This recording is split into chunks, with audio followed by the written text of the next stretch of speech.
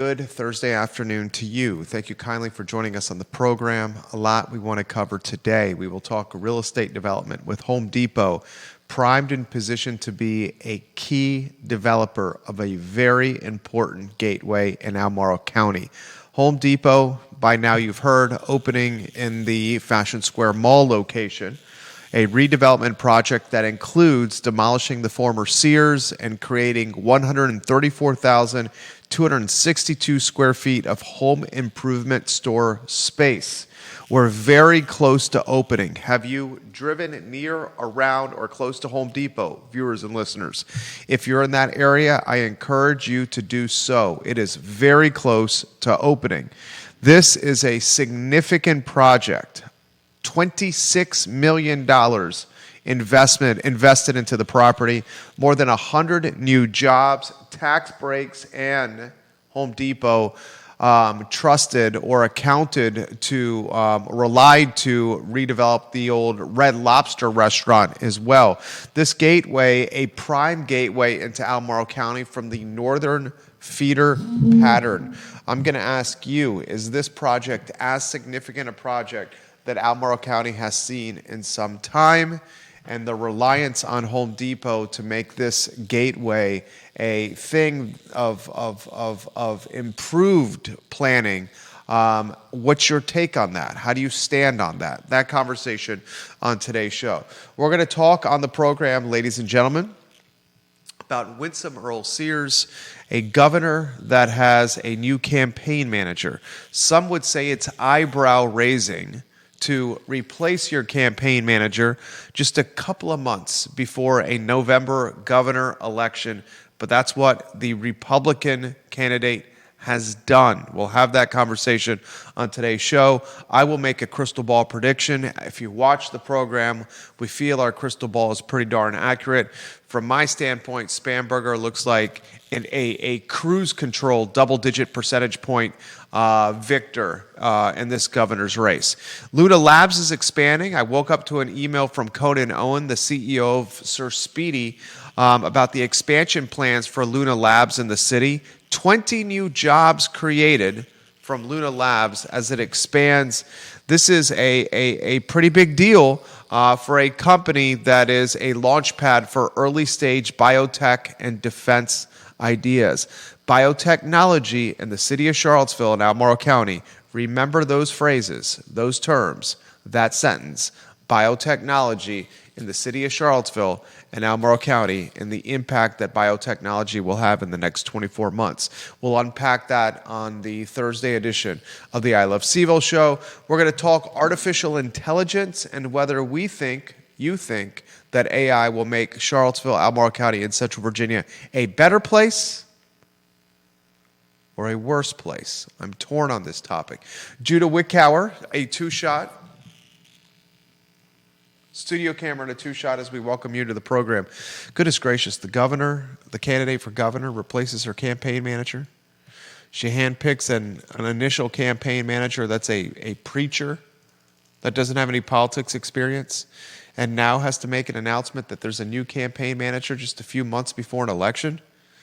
That is not a good headline for a party that is embattled at best. I continue to be pestered and peppered with requests from John Reed's campaign for the candidate to join us on this program.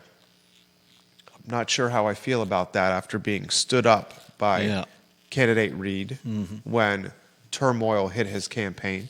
Now they want to come back on after standing us up 24 hours before the interview. A lot we're going to cover on the show. What intrigues you the most and why? I'm definitely intrigued by the fact that Winsome Earle-Sears has been using a campaign manager with no political experience. I feel like that's a pretty major misstep. Faux pas, misstep, mistake. Definitely, and I'd love to know more about Home Depot and the plans that surround the upcoming area there. I know they've got at least I've I've read about some pretty interesting ideas, but I haven't seen anything that makes me think that anyone has a solid plan in place. Well, I mean, massive hardware store, Yeah. 100 plus new jobs. But they're talking about mixed-use green spaces, They are. walking, business, housing, which would Revitalizing the former Red Lobster. Yeah. That too. A lot of wasted space there. I'm sure there is. We'll talk about it on the show. The city basically begging Judge Worrell to reconsider a judgment. Yeah.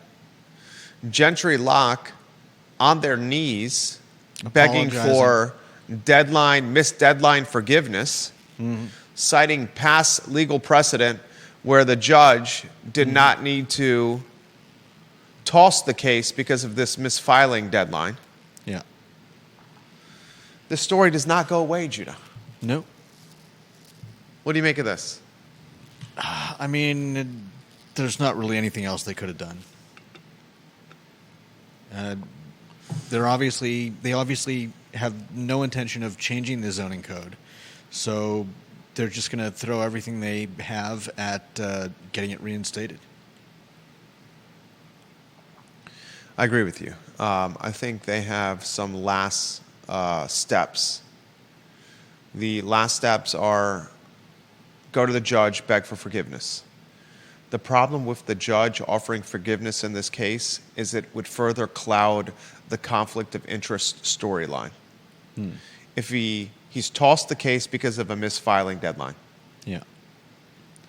the plaintiffs celebrated. Now the city goes to the judge and say, please forgive us for missing this deadline. There's past precedent where you could basically allow this to move forward. Yeah. If the judge allows it to move forward and second guess his first decision, plaintiffs, people like you and me, folks in this community will point to conflict of interest. He lives in the city. He owns a home in the city. His wife is a housing advocate. She pushed for the new zoning ordinance prior to the new zoning ordinance even becoming a reality. I don't really think that argument holds up anymore.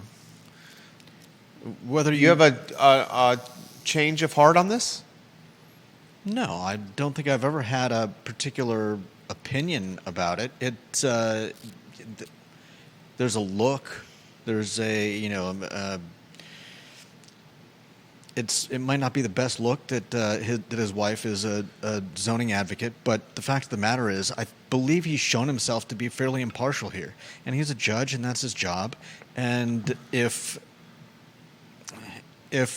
I think if there were a chance that this entire thing would be thrown out or taken to a higher court because of his association with his wife, I think we would have heard more about it before now. I think at this point, the judgments that he's made show that he's fairly impartial about this and isn't afraid to make a decision based on which side of the court the law lands on. I'll give you my take in a matter of moments. Put the lower third on screen. First, we'll give some love to Conan Owen and Sir Speedy. Sir Speedy of Central Virginia is locally owned and operated by a Darden School graduate named Conan Owen. If you have a logo, they can find an application for it. This banner directly behind me, the step and repeat banner courtesy of Sir Speedy. Window decals, signage, branding, graphic design, direct mail, you name it, Sir Speedy can do it. Locally owned and operated by Conan Owen. In Arlington County, Judah, multiple judges recused themselves from presiding over a radical zoning ordinance case because of conflict of interest of owning a home in Arlington County. Mm-hmm. Right? Yeah. In this case, in Charlottesville, the judge owns a home in the city. And on top of that, he's got a wife who's a huge housing advocate, housing evangelist, housing activist that's trying to push the new zoning ordinance through. If there was conflict of interest in Arlington strictly from owning a home in Arlington County, well, you have that in Charlottesville.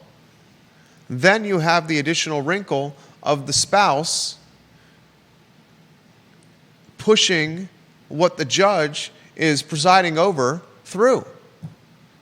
So do we then say that any judgment he makes is suspect? I've said that all along. Even All if along, it's- I've said he should have recused himself from this. Right. All along, I've said that. But he hasn't, and we've got a lawyer on city council, and, Defense attorney. yeah, and there's no outcry. There's no outcry from city council. There's no outcry from I just sure, it is an argument that that he may not be impartial.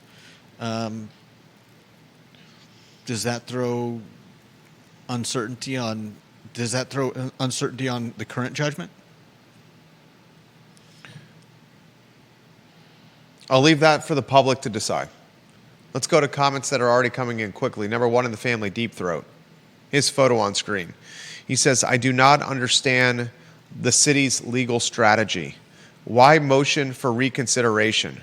Right now, the city can try to simply repass the ordinance. Yeah. The court has made no factual determinations. But if the city wins the motion for reconsideration, that would just mean a trial in a year. For the next year, what developer would put a shovel in the ground with a trial pending? A trial could end in a judgment that makes it substantially harder for the city to simply repass the ordinance. Not to mention the fact that Worrell is a prickly fellow, very unlikely to grant the request, and much more likely to become annoyed with Gentry Lock in the city. But then again, Deep Throat says, the city's legal strategy has never made sense. Deep Throat adds, Jerry is right that the potential conflict applies either way Worrell comes down. You can say he is biased because of his wife's advocacy, but even if he judges for the plaintiffs, you could say he was overreacting to avoid the perception of bias. Mm-hmm. That's my point. Right. I thought of that. He's in a terrible spot. Yeah. And he put himself in this spot by not doing what they did the judges did in Arlington County. Yeah. He's in a lose-lose position. Mm-hmm. The biggest loss or the biggest lose position would be him saying to the city, to Gentry Lock, to the plaintiffs, okay, I've second-guessed myself. I'll give you grace and forgiveness with this missed filing deadline. We can proceed forward. Well, then we don't know until 2026. Well, I think Deep Throat is right in that would be the biggest loss for everyone involved. That would be... Because then, like he said, right now, the default judgment isn't about the whether or not the zoning code is legal. It's about a misfiling deadline. Yeah, and yeah, if the judge decides to let them go ahead, then we have potentially a year more of court cases, uncertainty, and the city risks, like he said, the eventual judgment being, throwing out the zoning code because of its legality, not just because of because of a misfiling. And now they're back to square one, where they can't just try to repass the zoning code. They've got to fundamentally change it. That's why I said, which I think they should do anyways. We both think they should anyway. Or they take go what you've learned in a year and a half. Go and back learn to the from drawing it. Board. Doesn't mean you got to scrap the entire thing. Learn from it. Rewrite the parts that are radical. Yeah. Infuriating. Go to the plaintiffs that are suing you and tying you up in court and ask them, what is it that you want from us that will help you reconsider this lawsuit? Yeah. This is just basic business. Go to the people that are in opposition to you and figure out what they want and give them part of it so you can get what you want, and everyone wins. Yeah. Everyone wins. It's baffling to me what's happening here. And the longer this stays in the news cycle, on our minds on this program, where all of print, radio, and television is watching us right now in local media, the longer this is going to cause uncertainty for developers. And I'm still baffled that in a year and a half, not a single person has had a thought as to how this could be written better. Yeah. And I don't put this at the feet of council. I put this at the feet of staff. Council relies on staff for guidance here. Yeah. Because they're not all zoning code experts. Are they? Should they be? But are they? I mean, we can take a look at the 5 council members. I'm fairly certain that none of them are. They may have done some reading. Elliot Harding watching the program, defense attorney, his photo on screen. Aaron King, welcome to the broadcast. Bob Shada, hello. Thank you for watching. Lottie Murray, Georgia Gilmer, Kevin Yancey, Chad Wood, Greg Bartlesky, Jehu Martin. Elliot Harding says this: the biggest issue is the outside counsel that blew the filings. City should call that into question and seek alternative representation, in my opinion. I'm most interested in the outcome. Do we expect the city to enforce a less inclusive code against developers who relied on the code that the city itself wants to have in place? I'll give it to you again, Judah. Do we expect the city to enforce a less inclusive code against developers who relied on the code that the city itself wants to have in place? Elliot, we love when you watch the program. Nora Gaffney, thank you for watching the show. Believe talented realtor Josh White watching the program. Look, the longer the story stays in the news cycle, the more uncertainty is created. The more uncertainty that is created, the less likely development will happen. The less likely development will happen means housing prices will continue to escalate. There's a rental property on Perry Drive at North Downtown, across from the baseball field, across from the baseball stadium, that's next to the county office building. You know where I'm talking about? Yeah. The baseball stadium next to the county office building. Mm-hmm. Across from the baseball stadium is a road called Perry Drive. There's a duplex there. 20 years ago, my girlfriend at the time rented that duplex with a roommate. I was staying there all the time at her house. Fantastic duplex. You drive by this Perry Drive duplex now, and it's been completely gutted. Completely gutted. It's been revamped on the outside, remodeled completely to the inside. It looks beautiful, this duplex. The rental requirements for this duplex, which is super tiny, 2 bedrooms and 1 bath, very tiny kitchen. We're talking barely 1,000 square feet, probably less than that. The rental requirements for this is an income, combined income of well over $8,000 for one side of the duplex, for a 2-bedroom, 1 bath. They're asking for nearly $3,000 a month in rent. They want fantastic credit score. They want combined income of over $8K a month. Wow. They want all the I's dotted and the T's crossed. You will have more of these asks and more of these requests and more of this type of housing stock unless something is done. Mm-hmm. And the longer this story is in the news cycle, the longer we're going to have housing that's expensive like this. City can't get out of its own way. Yeah. It's unfortunate. Home Depot headline, put that on screen. John Blair's got a comment on this. I will mention one more time on Home Depot. I would encourage anyone in Central Virginia, Charlottesville, Albemarle County to drive by the Home Depot. It is very, very close to opening right now. It's looking good. Have you been recently? Yeah, not too long ago. It looks phenomenal. Yeah. And I hope Home Depot raises the bar for all hardware locally. I encourage you to shop locally at like a Martin's Hardware. Definitely. B, the Lowe's across the street on Route 29 is god-awful. If you've shopped at a Lowe's, the Lowe's on Route 29, you know what I'm talking about. The customer service is terrible. The return policy on equipment that breaks is horrendous. Home Depot across the street competition is great for all of us and is going to force Lowe's to raise its game. We're talking 134,000 square foot home improvement store, 26 million plus invested into this location, and more than 100 new jobs, and it's a couple of weeks away from opening. John Blair's comment, his photo on screen. One of the more interesting aspects of the Home Depot project is that at one time, the idea of redevelopment included Fashion Square and Albemarle Square, as well as some other nearby parcels. Given Albemarle Square's reinvigoration and Home Depot's arrival, I have to think that the idea of a large mixed-use community is scotched.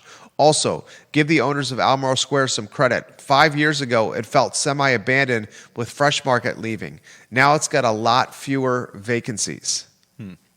All of Route 29 has improved its vacancies.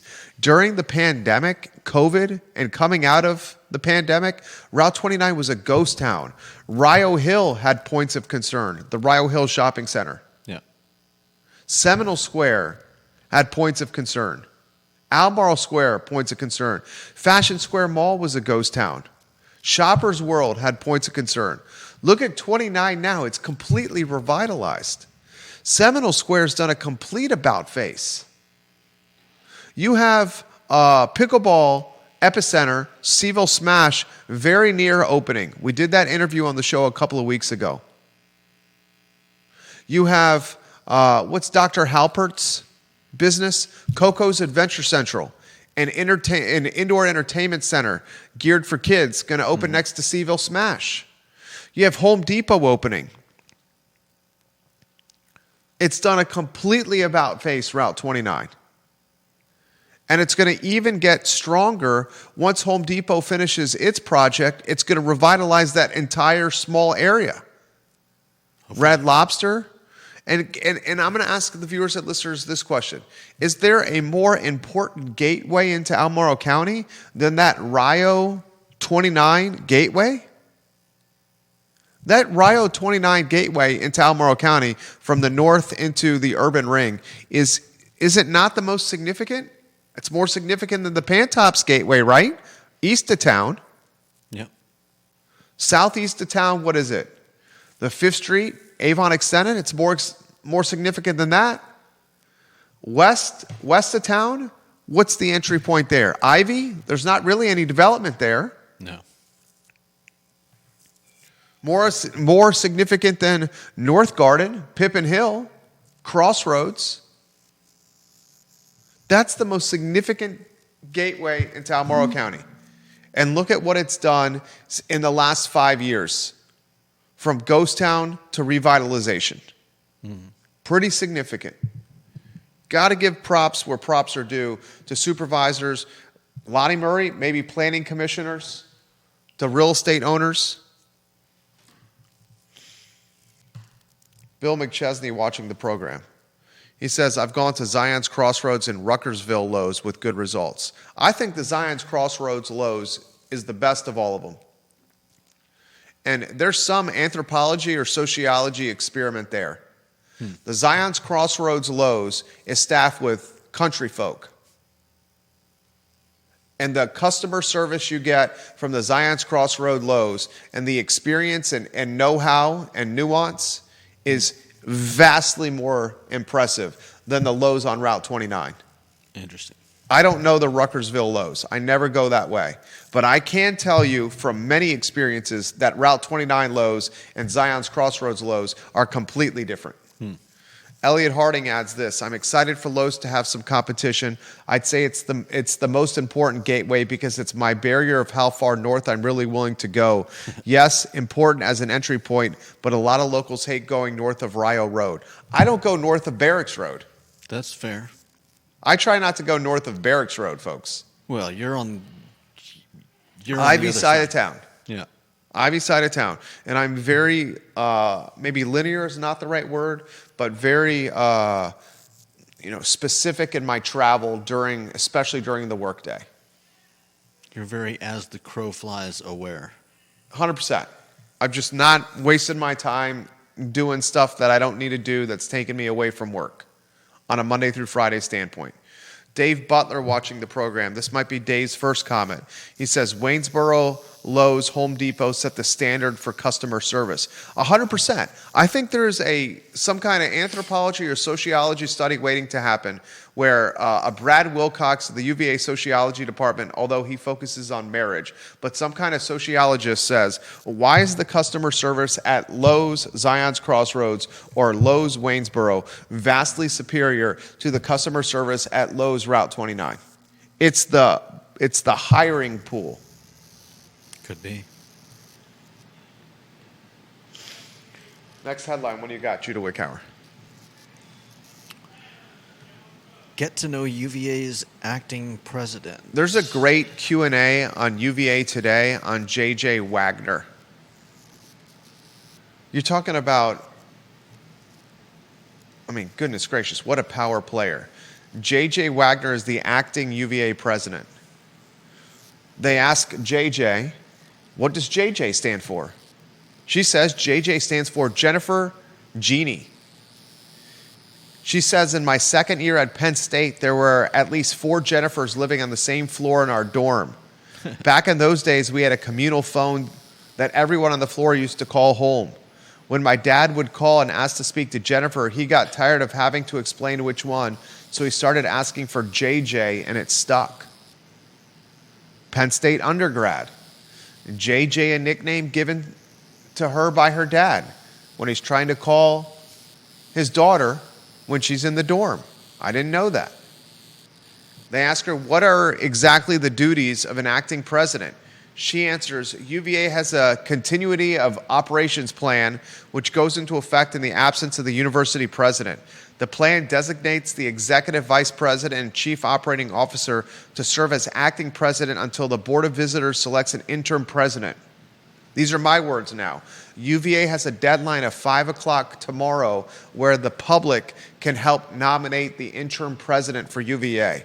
I continue to push Ken Elzinga as the interim president. So right now, JJ is filling a role. Listen to some of the responsibilities she has. She's managing a $6.5 billion operating budget. She has not just the acting president role, but she is a role as executive vice president and COO. Again, the $6.5 billion yearly operating budget. Mm-hmm. She leads the team to oversee a $2 billion with a B capital construction program. She administers human resources and payroll services for 30,000 employees. Yep. I mean, this is so significant, this power player. And I will say this, she's been thrown into the fire here at UVA after spending 20 years working in state government in Delaware before moving over to higher education. Mm. And props to JJ, I think she's done this with grace. Yeah. Sounds like she's got a firm grasp on how to handle things. I like that she mentions that she was a volleyball player and she's used to team sports, and that this is no different. It's just a chance to pull in staff members that can help her accomplish the tasks that she needs accomplished, and delegate authority. Her passions are hiking with her family, volunteering at the Wildlife Center of Virginia in Waynesboro. Her favorite animals to care for are baby bats and owls. Nice. The Q&A really humanized J.J. Wagner. Yeah. I enjoyed the read. It's on news.virginia.edu, ladies and gentlemen. I thought it was a humanizing read. Yeah.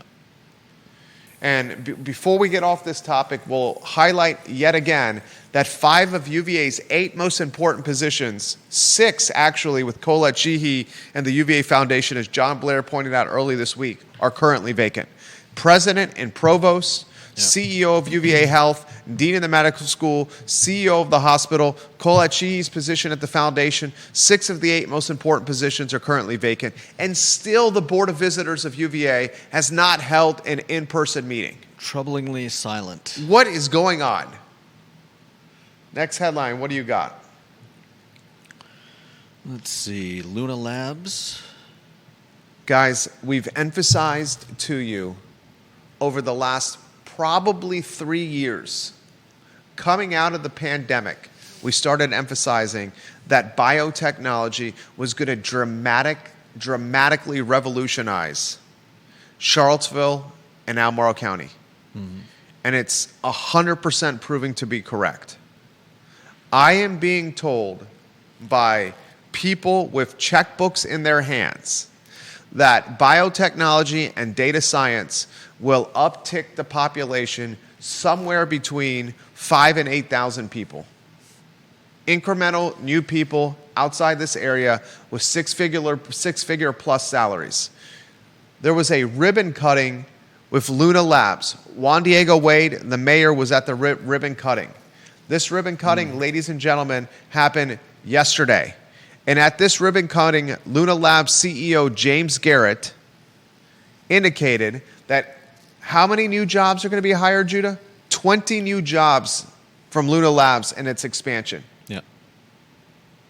The expansion and the space expansion is going to support drug delivery for cancer treatments, PTSD diagnostics, and military tools. They're also working with city and state programs, Luna Labs, and universities to strengthening the hiring and training in Charlottesville. Mm-hmm. When the Biotech Institute, the Paul Manning on Fontaine, is finished, you're going to see an ecosystem not just of academics and biotechnology, but you're going to see an ecosystem of private business latching on to the talent coming out of the Biotech Institute, the Paul Manning namesake institute.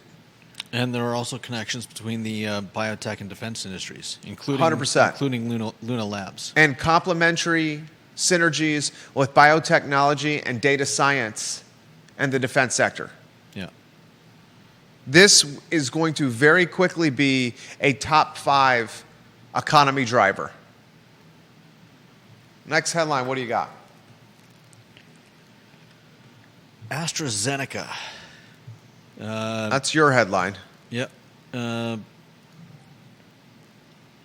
We've got AstraZeneca bringing somewhere around $50 billion to Virginia. There is still some question about where they're going to land. Youngkin has sealed a deal with AstraZeneca on building a factory, but we're not sure if it's coming to Charlottesville, going to Richmond, going to Petersburg. Still, it's definitely a major investment in Virginia. What interests you the most? I mean, money, bringing money to our state, bringing just like Luna Labs, bringing innovation, bringing jobs. AstraZeneca, a British-Swedish multinational pharmaceutical and biotechnology company. Yep. Next headline, what do you got? Let's see. Dominion. Dominion is asking for special data center rates. Anything that Dominion asks for, break-wise, relief-wise, whoever they ask of that break or relief should immediately say no and not even consider what they have to say. Are you sure? Set the table. Well, as we've spoken about before, data centers are. Virginia is the data center of the United States. The data center capital of the world. Yeah. Of the actual world. There are more data centers in Northern Virginia than anywhere in the world. Because of the connection at Virginia Beach, all the data flows through Virginia from across the ocean. So we have a massive number of data centers, and it's growing, and everybody wants to build them. And the problem is that for the places where they're built, it is, in one regard, an enormous water suck. Well, no, I was going to say it's a financial benefit due to the due to the way that data centers are taxed. It's a huge tax revenue source. Yeah. They don't employ a lot of people. Because they don't employ a lot of people, they're not utilizing or they're not demoralizing or taxing roads or infrastructure or schools. Yeah. They just open up a wallet and give whatever jurisdiction they're in a lot of tax revenue. Right. And as I said, it's outsized proportionally because it's not based on area. It's based on the amount of technology that's inside the area. And so, for every what do you call them? For every server mainframe that they have in there, it ticks up how much tax revenue they pay. The problem is, as you mentioned, water and electricity, and oftentimes that comes at the cost of the people living there. It says Northern Virginia Electric Cooperative serves more than 180,000 customers in Prince William County and 6 other localities, but they've raised their rates twice this year to recover the additional costs of importing power because of the data center demand for electricity. So in this case, while I'm mostly with you on denying Dominion whatever they're asking for, are we sure that that's the right thing to do here? If they can get special rates that require the data center to pay for the excess in electricity, does that not take some of the pressure off the rest of us, and potentially hopefully prevent Dominion from raising rates? I am of the mindset with people or entities like Dominion that if you give a little, they'll take a lot. I'm with you. Dominion is the fox in the henhouse. But they're in the henhouse, and there's no way you're getting them out. This is a fox that's how's this for an analogy? It's a fox that's eaten so many hens and eggs that it's too fat to get back out the door. Jeez Louise. I mean, Dirty Curtis Shaver says the Lowe's in Ruckersville is way better than the Charlottesville Lowe's. Chief Kachis shoots us a text, says he's listening to the program right now from the beach. We have tremendous respect for Chief Kachis. Enjoy the vacation. Yeah, definitely. You've made the community a better place. Mm-hmm. I'm torn on the data center. The folks at Louisa County are saying no more data centers now. The folks where? In Louisa County are saying no more data centers. Because they're probably looking at what we're looking at, and whether it's water, power, or just light pollution, or cutting down however many acres of trees you would need to fit one of these things in there. It's an imposition. Right. Next headline. What do you got? Earle-Sears. I mean, I want to spend... Philip Reese sends me this text message. I fully agree with... He's from the escape rooms. Oh, yeah. Philip, we need to get you back on the program. It was great conversating with you the other day. He says, I fully agree with Judah. Residents should not have to pay higher electricity rates because of these data centers' exceedingly high use of electricity. Yeah. Careful with Dominion, though. I know, but what's the alternative? Unlocked History escape rooms are from Philip Reese's family business. Great guy. Very reasonable man.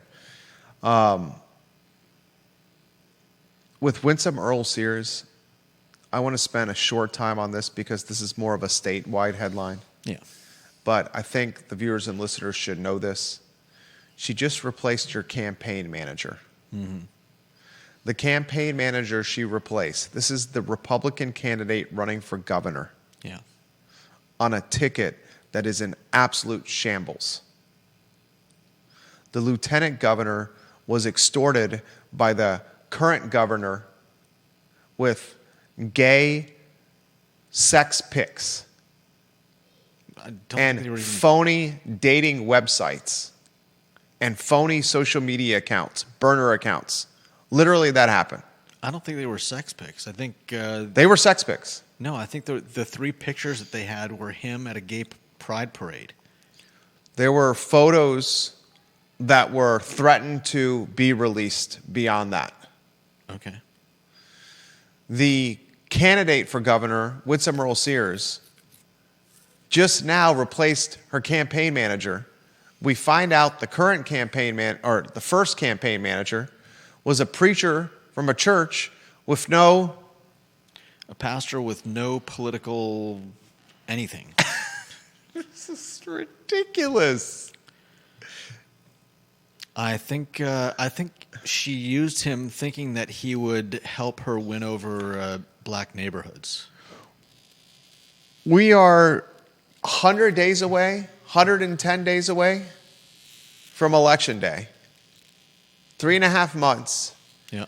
And she's replacing her campaign manager after realizing her campaign manager was Ill-suited to the incompetent. role. I wouldn't say incompetent.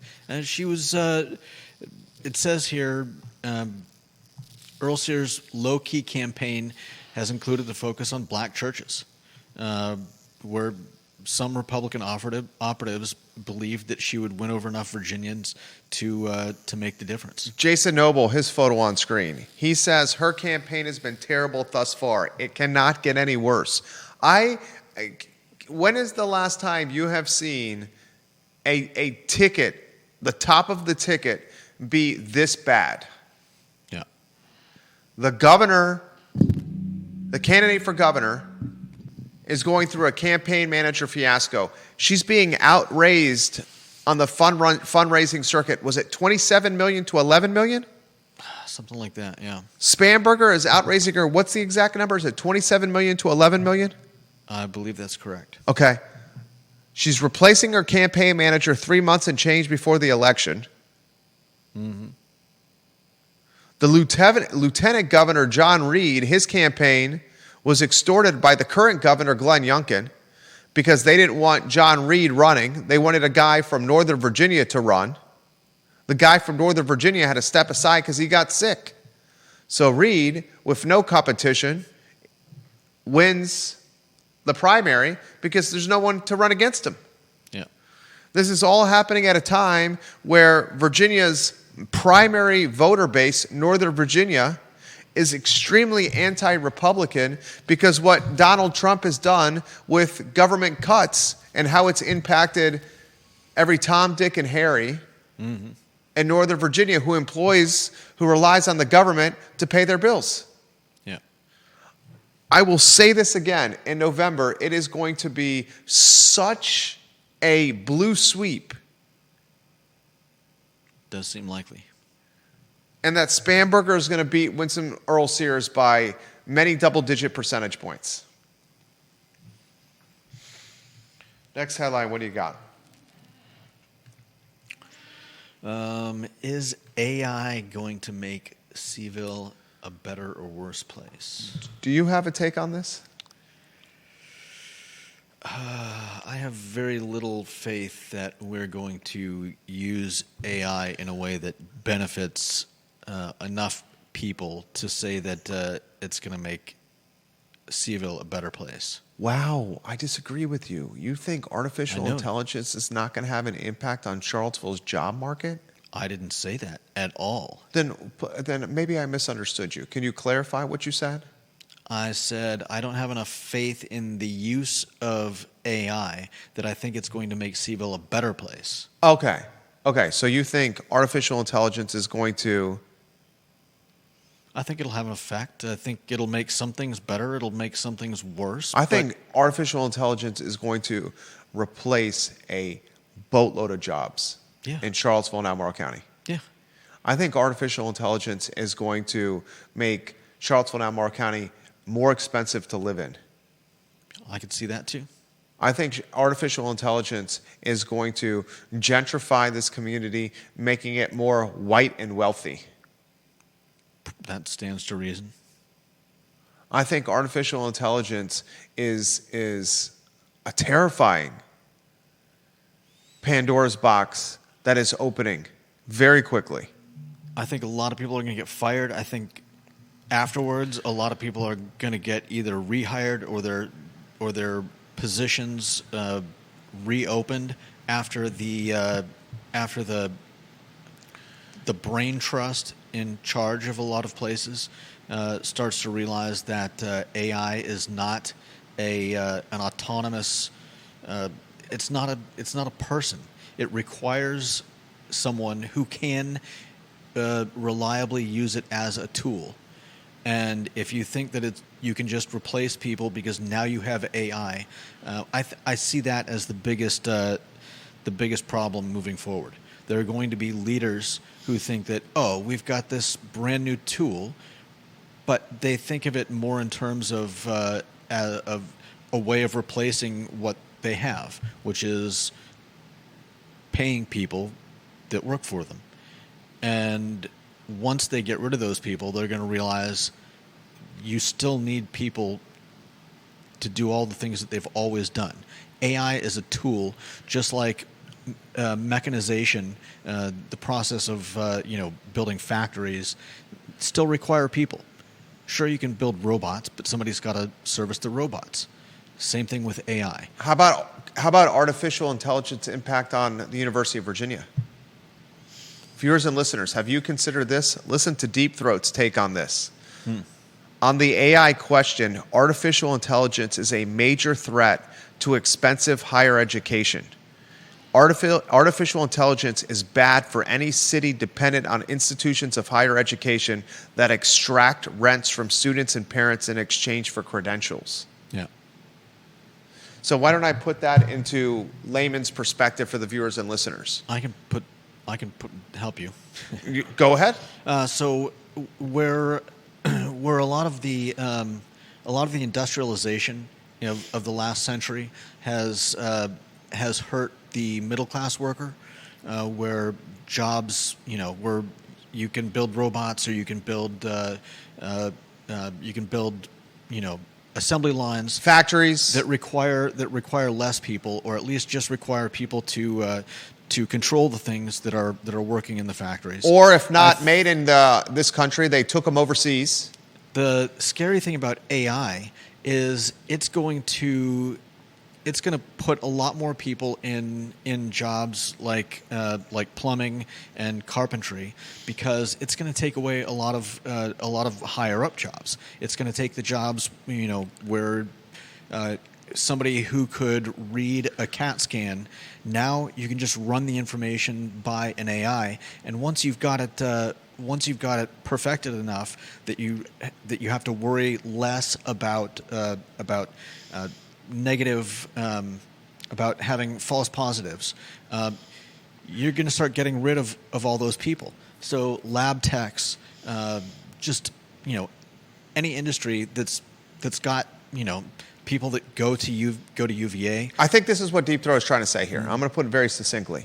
Artificial intelligence and technology and education, a university is eventually going to become a diploma mill where diplomas are earned on screens and through internet service providers. As artificial intelligence becomes more ubiquitous and more available and more approachable, why will a student need to go to a city away from their home and spend $100,000 a year with room, board, rent, and entertainment for 4 years to get a degree? I don't know. I believe that the problem is more along the lines of getting rid of the need for a lot of the jobs that kids would be going to universities to learn for, or replacing the professors in totality. If you can go online and learn like we can now, my wife uses YouTube as if it was Google a search engine. So when she learns to do something, and she's very similar to you in that she is extremely the complete opposite of me. Very good at fixing things handy likewise. Manual. Her father's a mechanic. Her mom's a nurse. My wife inherited the traits of her father and her mom, in that she is very good at solving problems with her hands, fixing things. You have that skill set. I can barely screw in a light bulb. Legitimately, you know this. My job, what I'm good at, is fixing things that are problems tied to business. Yeah. The point we're making here is artificial intelligence. Can it replace the professor?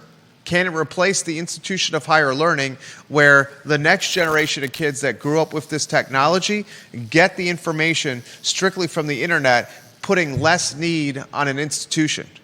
Yeah, but if in terms of jobs, those generations, those kids are still going to need some type of certificate, diploma. I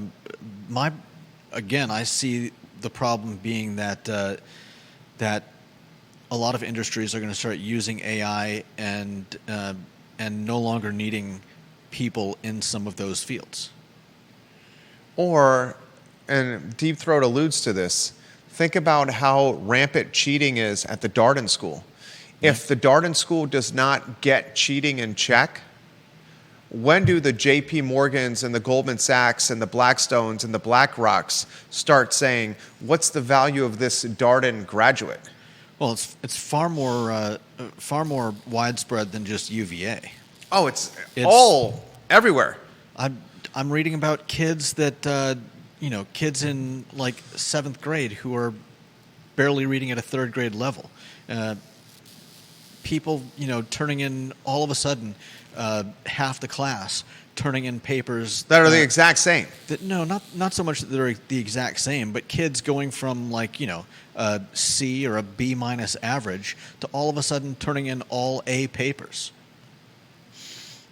Whether or not you can prove that they're using something like ChatGPT or one of the other AI large language models, the fact of the matter is, if you're getting your essay off of write it for you, one of the other things I've read about, teachers having these same kids turning in A papers, but then when asked in class about what they wrote the paper on, they don't know anything about the topic. And not even just like don't know something about what they wrote in the paper, but literally don't know anything about what they're learning in class, because they can just run their answers, get their answers from ChatGPT. Yeah. Is the new classroom setting, or the new way of learning, or the new test, the new proctored exam, a test where the teacher is in a lecture hall and is asking students questions, and how they answer the questions determines their grasp of the material and then their grade? Ideally. Is the new grading system class participation? Because class participation is an example of understanding the material, where taking a test and being able to do that test in any room or any way you want with your phone in your hand is not an example of grasping the material. I mean, I think that's a better classroom model anyways, even without the onset of AI and the problems that it brings. But I don't know that our country has the will to make that change to classrooms. Well, then the Darden degree is what value? That's less important to me than the fact that we're raising a generation of people that can't think. Which begs this question: the ones that can, how far can they go? What advantage do they have? Oh, they've got a large advantage, but we shouldn't be looking at. We shouldn't be saying, "Hey, great, we've got some people who are going to have a big advantage." We should be saying, "Hey, how can we lift up the rest of the kids?" See, you and I look at things very differently. You and I look at things I look would- at very differently. I would rather. I look at things much more Darwinistically than you. Yeah, and I would. You look rather, at things much more equitably or through a lens No, I of would pursuing rather equitable. mitigate the problems so that we raise children that use their minds. See, you look at it, you would rather, see, you're a pure-hearted person than me. You look at it, I would rather mitigate the problem, and I look at it where I want to raise my kids where they can utilize the problem to their advantage. That's the difference right there. I look at it and like, how can I position our two boys in a way where they can see the playing field and take the playing field and find a way to their advantage? Yeah. It's a perfect way to end the show. You did a great job today, Judah. Fantastic work from Judah Wickhauer. We'll give some love to Charlottesville Sanitary Supply, 61 years of business. Charlottesville Sanitary Supply, John Vermillion and Andrew Vermillion, East High Street, online at charlottesvillesanitarysupply.com. Support the businesses you want to see make it another 61 years. Ladies and gentlemen, if you need office space in Charlottesville or Albemarle County, we are your points of contact. Office space from $300 a month, north of $2,000 a month currently in our portfolio. Let us know. Reach out to us. You know how to reach me. Somebody in City Hall sends me this text message highlighting the true dysfunction of the grand old party, the GOP in Virginia. This past Saturday, Judah Wickhauer, there was a campaign event in Virginia Beach, Saturday, July 19th. Winsome Earle-Sears was at the campaign event. Jason Mierias was at the campaign event. John Reed was not invited to the campaign event. The governor, the attorney general candidates, and the lieutenant governor not invited. That's how much dysfunction is with the GOP. That's the show. Get over yourselves, guys. We'll see you at 10:15 a.m. tomorrow with Real Talk. So long, everybody.